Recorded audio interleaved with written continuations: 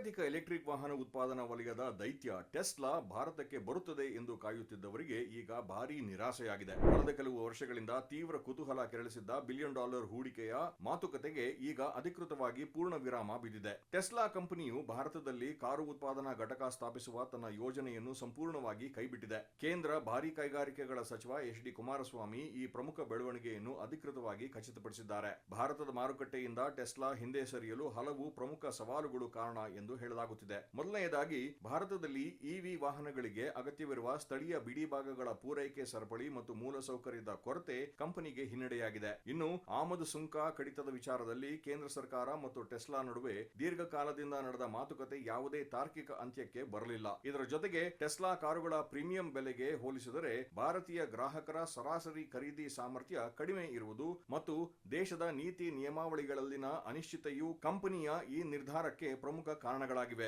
ಆದರೆ ಇವಿ ಪ್ರಿಯರಿಗೆ ಒಂದು ಸಮಾಧಾನದ ಸಂಗತಿಯೂ ಇದೆ. ಭಾರತದಲ್ಲಿ ಸ್ಥಳೀಯವಾಗಿ ಕಾರು ಉತ್ಪಾದನೆ ಮಾಡದಿದ್ದರೂ ಆಮದು ಮಾಡಿದ ತನ್ನ ಜನಪ್ರಿಯ ಮಾಡೆಲ್ ವೈ ಕಾರುಗಳನ್ನು ಮುಂಬೈ, ದೆಹಲಿ ಹಾಗೂ ಬೆಂಗಳೂರಿನ ಶೋರೂಮ್ಗಳ ಮೂಲಕ ನೇರವಾಗಿ ಮಾರಾಟ ಮಾಡಲು ಟೆಸ್ಲಾ ನಿರ್ಧರಿಸಿದೆ. ಟೆಸ್ಲಾ ನಿರ್ಧಾರ ಮೇಕ್ ಇನ್ ಇಂಡಿಯಾ ಆಶಯಕ್ಕೆ ಸಣ್ಣ ಹಿನ್ನಡೆ ತಂದಿದ್ದರೂ ದೇಶೀಯ ದೈತ್ಯರಾದ ಟಾಟಾ ಮೋಟಾರ್ಸ್ ಮತ್ತು ಮಹೀಂದ್ರಾ ಈಗಾಗಲೇ ಭಾರತದ ಇವಿ ಮಾರುಕಟ್ಟೆಯನ್ನು ಯಶಸ್ವಿಯಾಗಿ ಆಳುತ್ತಿವೆ.